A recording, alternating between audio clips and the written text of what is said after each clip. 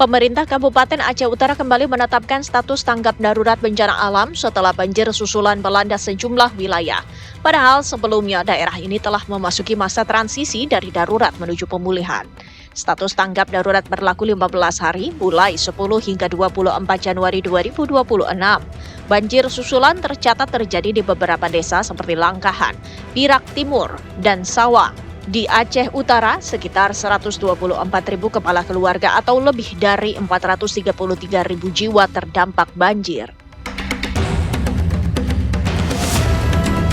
Lantas, bagaimana progres rehabilitasi dan rekonstruksi di Aceh Utara? Apa saja kendala di lapangan? Bagaimana pemerintah menjamin penanganan dampak bencana ekstrim di Aceh Utara berjalan efektif?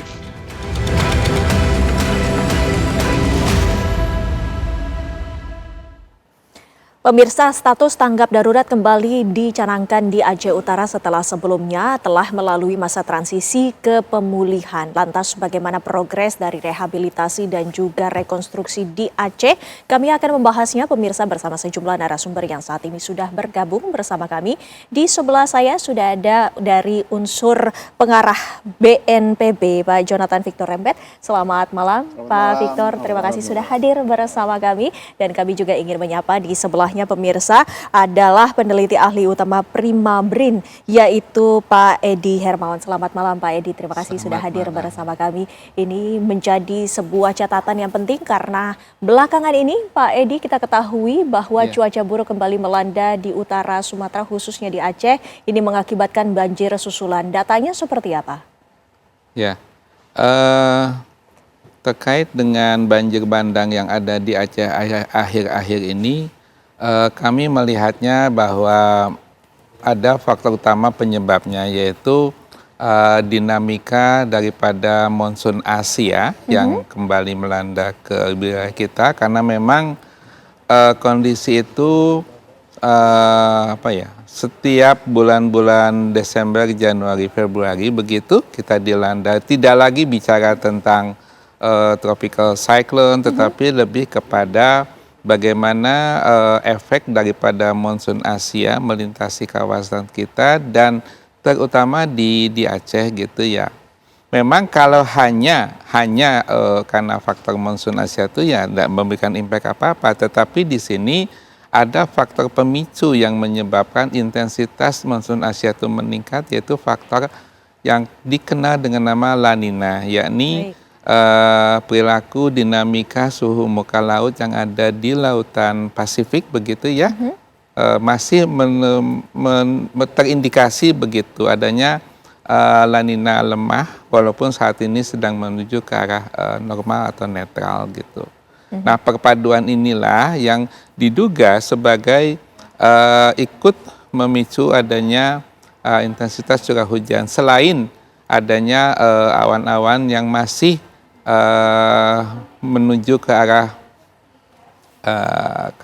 Sumatera begitu ya, yang dari lautan Hindia dikenal dengan nama Indian Ocean Dipole. Jadi begitu kompleks, tapi saya yakin apapun ininya tidak diduga dalam waktu kedepannya itu tidak akan menimbulkan suatu kondisi ekstrim begitu. Baik. Pak Victor, artinya dengan adanya curah hujan yang cukup tinggi, bagaimana lantas progres untuk rekonstruksi? Apakah mengalami kendala di lapangan? Ya, sudah tentu ketika kita berbicara dari tahapan kebencanaan, ada yang namanya sekarang sebetulnya sudah mayoritas sudah masuk dalam masa transisi darurat ya Mbak ya? Iya. Jadi dari tanggap darurat ke transisi darurat, tetapi kemudian karena kondisi yang memburuk di Aceh Utara secara khusus, itu semua sudah tentu pemerintah kabupaten dan pendamping dalam hal ini Badan Nasional Penanggulangan Bencana melakukan rapat karena dampaknya cukup buruk yang kemarin ini. Jadi hujan 2-3 hari ini sangat buruk ya Pak Edi ya. Artinya ini membuat harus ambil keputusan baru. Jadi transisi darurat itu memang masih tetap life saving, tetapi sebetulnya sudah dalam kondisi yang lebih menuju kepada normal. Baik. Artinya masih ada wilayah-wilayah yang terisolasi? Tidak terisolasi, tetapi dampaknya itu yang memburuk. Artinya ketika kita bicara hampir sama dampaknya dengan yang awal ya. Artinya ketika banjir itu melanda desa dan lumpur kemudian kembali membanjiri bukan hanya air ya, itu membuat harus ada upaya-upaya yang sebetulnya dilakukan tidak lagi di transisi darurat tapi di tanggap darurat, sehingga oleh karenanya tanggap darurat itu diperpanjang lagi dari tanggal 10 Januari sampai ke tanggal 24 Januari. Jadi sebetulnya ada gap di sini ya. Ada gap yang sebetulnya sudah oke, ini transisi darurat, tapi kemudian karena melihat kebutuhan dan juga kondisi yang mengharuskan dilakukan lagi tanggap darurat. Jadi seperti itu, Mbak. Pak Edi, Ya. untuk masa tanggap darurat ini berlaku 15 hari ke depan. Artinya cuaca buruk ini juga diprediksi akan berpotensi terjadi selama beberapa hari ke depan? Ya, kalau yang saya amati selama ini bahwa sebenarnya pemicu utama saat ini adalah masih adanya unsur namanya sebut sebagai La Nina. Baik. Nah, kondisi terkini saat ini adalah La Nina itu akan mendekati fase menuju fase normal yang tidak akan mengganggu dinamika monsun Asia ini. Paling cepat itu akhir dari bulan Januari atau bahkan sampai pertengahan Februari. Jadi selama periode itu sepertinya dinamika hujan masih ada, walaupun intensitasnya tidak lagi sebesar Baik. yang sebelumnya begitu. Baik. Ya.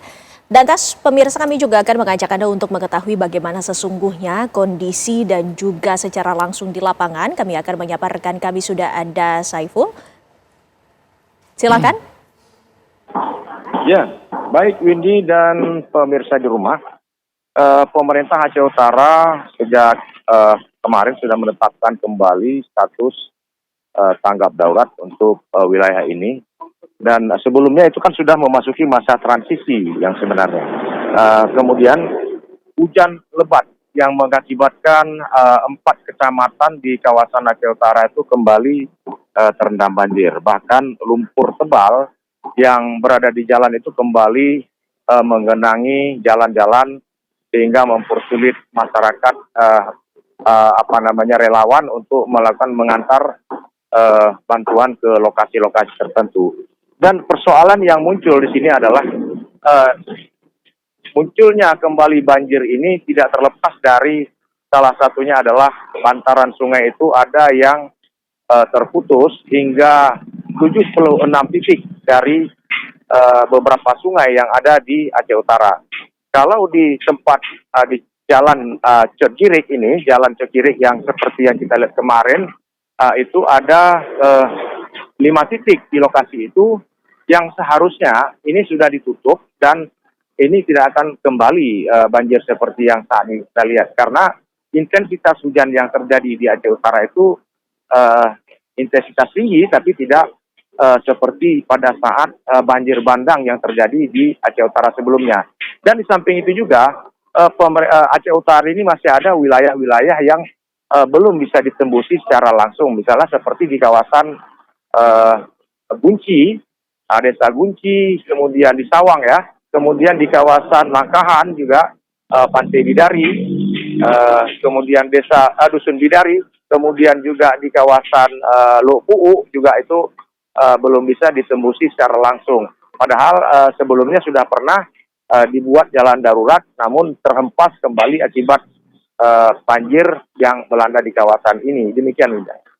Saiful, apakah ini artinya warga memilih untuk mengungsi ataukah untuk wilayah-wilayah yang terisolasi ini masih tetap terpaksa harus berada di kediaman masing-masing? Ya, ini ada beberapa versi yang kita lihat saat ini. Mereka sebenarnya yang kejadian kemarin ini sudah terbiasa dengan ini. Yang seperti di Jalan Cikiri ini, mereka sudah terbiasa dengan banjir yang terjadi seperti ini. Mereka kalau terjadi banjir, mereka mengungsi ke tempat saudaranya terdekat. Namun bagi mereka yang seperti di kawasan Langkahan, ini airnya masuk ke tenda darurat, mereka harus berlari kemana begitu. Traumanya muncul. Seperti apa yang kita lihat kemarin itu, mereka muncul dan lari entah kemana begitu. Ketakutan saking takutnya muncul banjir bandang yang mencapai 4 meter menutupi rumah mereka pada saat itu. Baik Saiful, terima kasih atas informasinya langsung dari lapangan dari Aceh Utara. Selamat bertugas kembali.